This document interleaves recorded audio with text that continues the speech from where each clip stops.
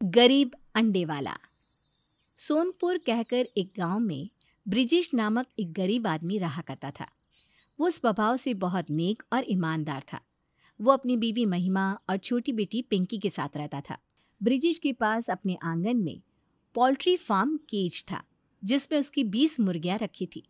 वो उनके अंडों को बाजार में बेचकर पैसे कमाता और अपना और अपने परिवार का पेट पालता। अंडे ले लो, अंडे ताजे ताजे फ्रेश अंडे, कम दाम लेकिन क्वालिटी एकदम जबरदस्त। ले लो अंडे ले लो। 2 डजन दे दो ब्रिजेश भाई। और मुझे 3 डजन दे दो। तुम्हारे अंडे खाकर मेरे बेटे की तबीयत एकदम टकाटक हो गई। वाकई में मानना होगा, बड़े ही अच्छे से पालते हो तुम अपनी मुर्गियों को। जी धन्यवाद।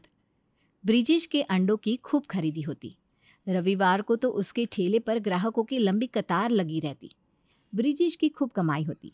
ब्रिजेश अपनी मुर्गियों को शाम के समय केज से बाहर निकालता और उन्हें आंगन में छोड़ता, और वो उनके खान पान का भी बहुत अच्छे से ख्याल रखता। वो उन्हें अपने बच्चों की तरह ही पालता और स्नेह से उनकी देखरेख करता। मेरी प्यारी मुर्गियों, चलो चलो चलो, तुम सबके खाने का समय हो गया है। आपस में झगड़ा मत करना, सबको बराबर का हिस्सा मिलेगा। ब्रिजेश के इतना कहते ही सारी मुर्गियां उसके पास भागे दौड़े आती और वो उन्हें उनका खाना देता। सच में आप जिस तरह से इनका ख्याल रखते हैं, ये सब देखकर मन को बहुत खुशी मिलती है। दिन भर बेचारे इस केज में रहते हैं।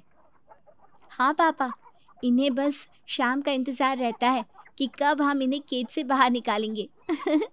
देखो तो कितने प्यार से खा रहे हैं। अब हम और कर भी क्या सकते हैं पिंकी बेटी। इन्हें अगर मैं 24 घंटे बाहर ही रखूं तो कोई इन्हें चुरा कर ले जाएगा, इसलिए मैं नहीं छोड़ता इन्हें बाहर। सावधानी बरतना भी तो ज़रूरी है ना। हाँ ब्रिजेश जी, आप बिल्कुल सही कह रहे हैं। हमें हमारी मुर्गियाँ बहुत प्यारी हैं। ये हमारे परिवार का ही एक हिस्सा है। दिन ब दिन ब्रिजेश की खूब सफलता होती जा रही थी। उसी गांव में ब्रिजेश का सौतेला भाई मातरू रहता था और वो ऑमलेट बनाकर बेचता था। ब्रिजेश की बढ़ती तरक्की देख उसे बहुत जलन होती है और वो हर वक्त बस गुस्से से आग बुबला रहता है। उस घोचू ब्रिजेश के अंडे के ठेले पर इतने ग्राहकों की लाइन लगी रहती है, और मेरे ऑमलेट के ठेले पर तो एक प्रकार से लॉकडाउन ही लग गया है। एक कुत्ता तक दो मिलाते हुए नहीं आता मेरे ठेले पर। मुश्किल से बोनी होती है। नहीं, मैं यूं शांत नहीं बैठूंगा। मैं दूसरे गांव में जाकर ऑमलेट बेचूंगा, और अंडे भी। क्रूर मातरू रात के अंधेरे में शॉल ओढ़कर चुपके से ब्रिजेश के घर के आंगन में जाता है और सारी मुर्गियों को एक ट्रक में भरकर वहां से चला जाता है। अगली सुबह जब ब्रिजेश, महिमा और पिंकी उस पोल्ट्री केज को खाली देखते हैं, तब वो हैरान और दंग रह जाते हैं। अरे नहीं, ये क्या, मेरी मुर्गियाँ कहाँ चली गई? किसी ने उन्हें चुराया है लगता है। नहीं, मैं तो बर्बाद हो गया। संभालिए अपने आप को ब्रिजेश जी, वो यहीं कहीं गई होंगी। लेकिन माँ, रात को सोने से पहले पापा ने केज को ताला लगाया था। किसी चोर ने ही दूसरी चाबी से केज का गेट खोला होगा और हमारी मुर्गियों को चुराया होगा। अब मैं अंडे कैसे बेचूंगा? मुझे तो और कोई काम भी नहीं आता। इतने सालों से अंडे ही बेचते आ रहा हूँ मैं। अब मैं क्या करूँगा? अपने परिवार का भरण पोषण कैसे करूँगा? मैं तो बुरी तरह बर्बाद हो गया महिमा। ब्रिजेश, महिमा और पिंकी पूरे गांव में जाकर मुर्गियों को ढूंढते हैं, लेकिन उन्हें उनकी मुर्गियां नहीं मिलती। मूर्ख मातरू ने उन मुर्गियों को दूसरे गांव में ले जाकर वहां पर उनके अंडों को बेचना शुरू कर दिया होता है और वो बहुत सारे पैसे भी कमाने लगता है। बेचारा वो ब्रिजेश, उसे तो खबर भी नहीं होगी कि उसके सौतेले भाई ने ही उसकी मुर्गियां चुराई है। रोते बैठ, अब बहुत मना ली तूने खुशियाँ, अब थोड़ा दुख भी मना ले भाई। ब्रिजेश अब बहुत चिंताग्रस्त रहने लगा था। वो गांव में कई जगहों पर जाकर नौकरी की तलाश करता है, लेकिन उसे कहीं भी नौकरी नहीं मिलती, क्योंकि उसने तो बस अंडे ही बेचे होते हैं और उसे किसी भी चीज़ का ज्ञान नहीं था। धीरे धीरे पैसे खत्म होने लगते हैं और उनके खाने के लाले भी पड़ने लगते हैं। ब्रिजेश जी, घर में अन्न का एक निवाला तक नहीं बचा। सारा राशन खत्म हो गया है।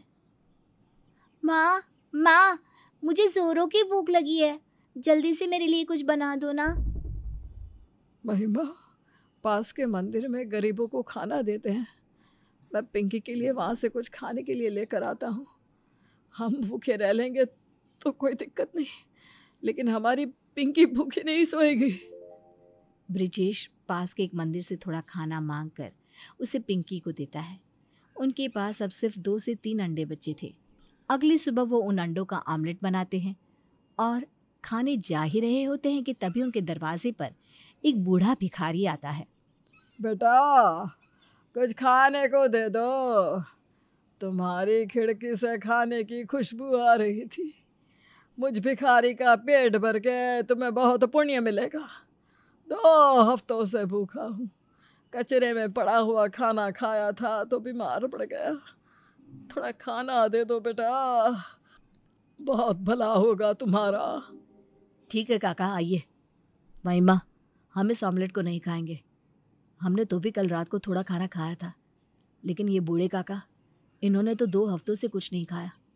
आइए काका, अंदर आइए। नहीं बेटा, मेरे फटे पुराने कपड़े हैं, हालत भी बहुत बुरी है। मुझे द्वार पर ही दे दो, खामखा तुम्हारी फर्श गंदी हो जाएगी। नहीं काका, ऐसा कुछ नहीं है, आप अंदर आइए, मैं आपके पैरों को धो देती हूँ। ब्रिजेश और महिमा उस बूढ़े भिखारी से बहुत अच्छे से पेश आते हैं।